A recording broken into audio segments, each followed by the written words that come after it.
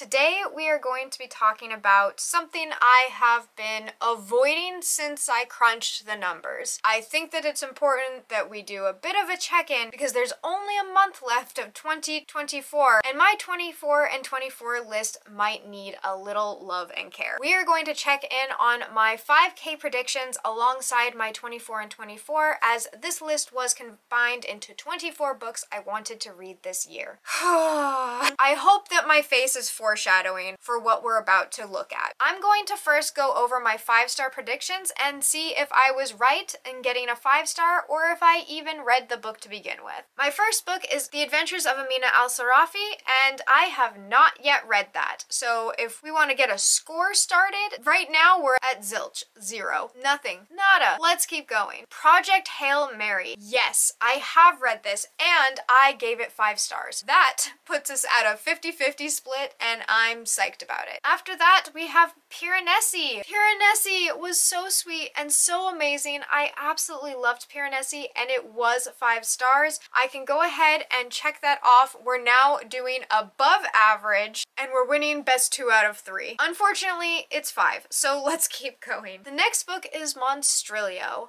Monstrilio was a soft DNF for me. Not because it wasn't good, it was beautifully and harrowingly written. However, it was a little dark for where I was in my life and I went ahead and set it down. I don't think that's a permanent situation, so I'm going to have to give myself a 0 on that. And then finally we have Tempest and Tea by Hafsa Faisal, an author I absolutely love and adore. Her writing is beautiful and this was no different. Tempest and Tea was gorgeously written. I loved the idea, the concept. It's a vampire tea house and I hard DNF'd it at 51%. I couldn't get behind the characters and as much as I liked them as archetypes, I didn't feel anything when they were on page. I wanted to like them so much. And once I got to 51%, I went ahead and reached out to some friends who had also read the book and they also said that it probably wasn't worth my time if I wasn't feeling it by 51%. You're more than welcome to let me know in the comments below if you agree or disagree. So,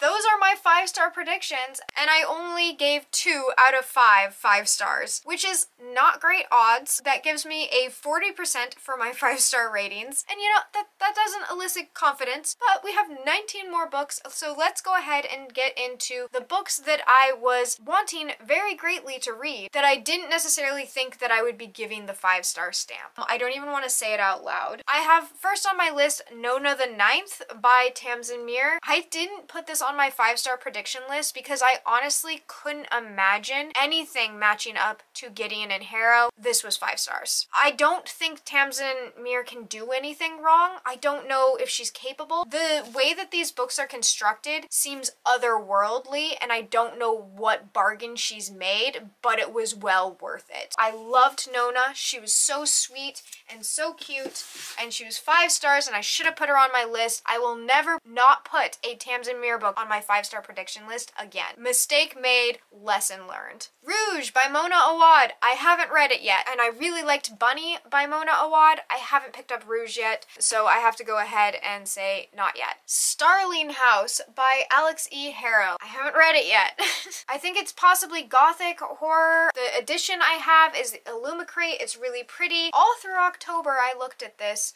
I didn't pick it up, so that's a no. Oh, thank God, A Study in Drowning by Ava Reed. I read this. I loved it. I actually have a vlog that I can go ahead and link down below. It was really good. Ava Reed is a dreary girl, but God can she write. I absolutely love her books and this definitely solidified it for me because I would say about 40% of the way through, my vlog has more accuracy on that. I didn't know if this could be more than a 3 and then it popped off as a 5-star and I was really impressed. Hellbent by Leigh Bardugo is another no. I I haven't read this yet. I was originally thinking I was going to reread Ninth House and then pick this up because I don't really remember much of Ninth House, but I started the audiobook again for Ninth House and it was not grasping my attention the same way at all as it was the first time. So I think I might just hop into this one and see where I end up. I remembered the twist in Ninth House, so I'm hoping I can just read this one as is because I don't really want to read Ninth House again, which is kind of a bummer to find out. Listen, I'm gonna be really kind to myself on this one. This is Dragon Ball by Akira Toriyama.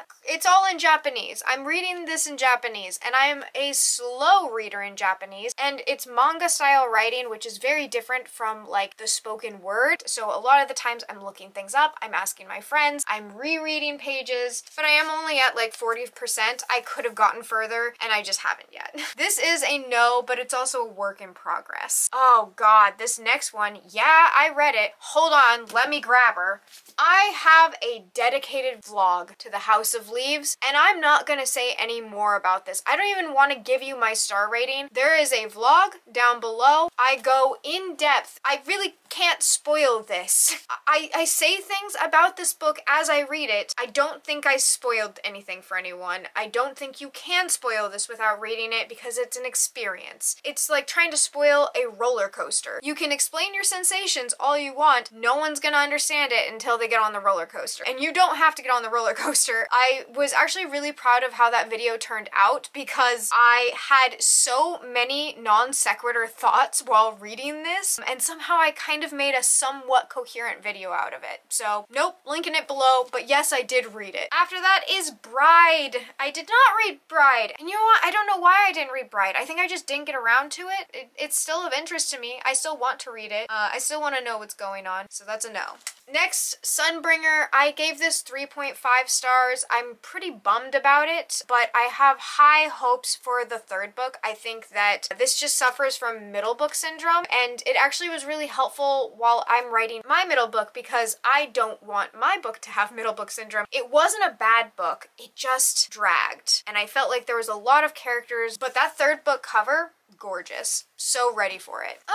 Emily Wilde's Map to the Other Lands. Oh, I love this book. This leaf is the 50% mark. I am 50% of the way through this book. I have no excuse for this one. I'm loving this book. I set it down because I think I was doing Bookopoly-thon and it just didn't fit into any of the prompts. I want to pick this up actually right now, but you know, I'm in the middle of a video, so I'll set it down. I also cannot count it. So far, I have not finished it. Teen Killers at Large. No, I haven't read this one. It's actually kind of hard to get a hold of. It's not at my library, and when I looked up the audiobook, I think it's an exclusive to Audible, and I'm not using Audible anymore. I'm using Libro FM or my Libby app. Unfortunately, it's a little harder to get a hold of, but I could just pick up the ebook. It's not very expensive. I just haven't yet. It was a book that I listened to audibly for the first two in the series, so I'm kind of used to that format for reading those books. It just kind of fell off, but I still really want to read it and finish up that series. Next, What Feasts at Night. This is a T. Kingfisher book that I've been looking forward to. It's the sequel to What Moves the Dead, which I think I gave 5 stars. I can't imagine that I gave it anything less. It was amazing, and no, I haven't read it yet, so that's another no. Our no's are really tallying up. I don't know, because I'm not editing me, how those numbers look, but I'm gonna do the math here in a second, and I think it's gonna be brutal. I'm saying no a lot, and not in the self-care way.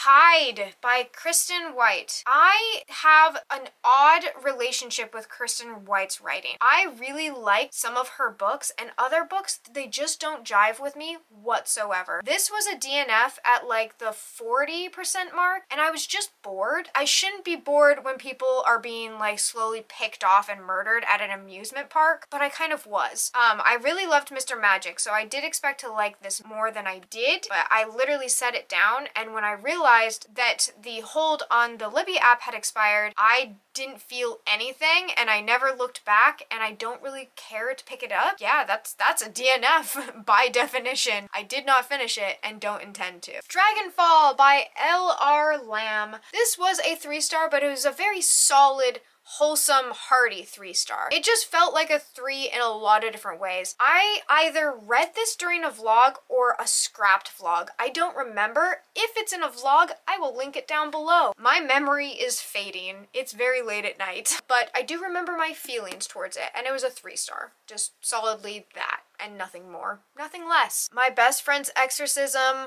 no, I haven't read it, and this was definitely the time to do so. I almost picked it up when I was on my vacation. It didn't make the cut because Grady Hendrix and I've never given him a 5-star. We kind of like don't get along. We're not like enemies, but we're not friends. And ultimately it ended up just not getting picked up. Maybe next year. The Honjin Murders. No, I did start it though. I started it and it's really interesting, but my friend wanted to read it immediately and I was just kind of reading it. So I passed it off to them, and when they give it back to me, I will probably start from the beginning again because there was a lot going on. But it's very like cozy murder mystery detective, and I loved the vibes as I started, but I haven't finished it yet. When the Moon Hatched. No, it's giant. It's a chonker. I have the audiobook. I haven't found the time. I don't have that time, but I want to read it, and I thought I was gonna fit it in somewhere for Draconathon. It's another no for me. Next, The Stories That Told Us. I cried in a vlog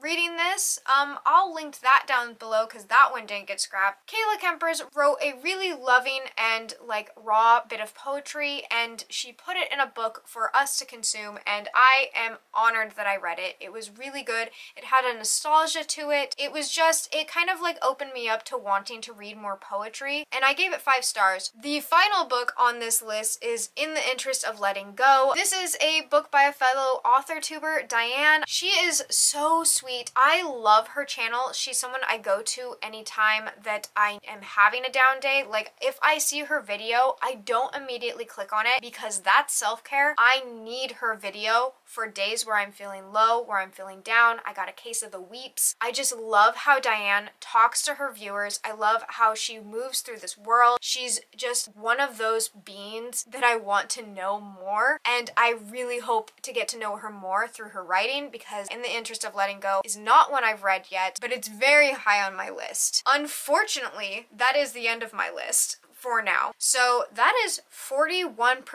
read. That's not great. That's a fail.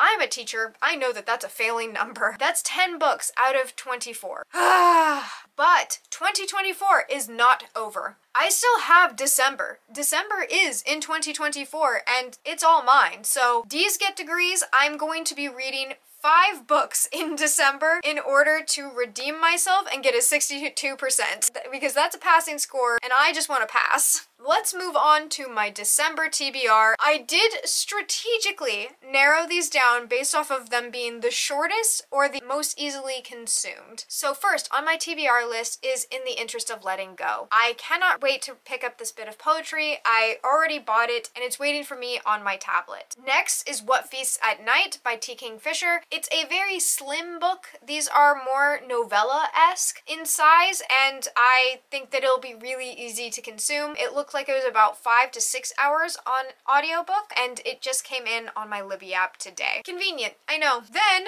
I will be reading the second half of Emily Wilde's Map to the Other Lands because this book is great. I'm really enjoying it, and now I have the excuse of reading it because it's crunch time. This is half of a book, so I'm adding it to my TBR. Then I'm going to attempt to read the latter half of this. I have watched this anime so many times. Context. Jade, figure it out through context. I just need to like crack down, sit down, and actually take my time to read this. I would say this is about 4 sittings, and I will be sitting down at least 4 times in December. At least I hope so. And then finally, for a little bit of spice in my December, I'm going to be picking up Bride, and if I don't like Bride and I DNF it, that still counts as me trying it, but I might pick something else off of my list. I don't know. This one's a bit of a wild card if I don't like Bride, but I'm hoping it's easily consumable, and Allie Hazelwood seems very well liked.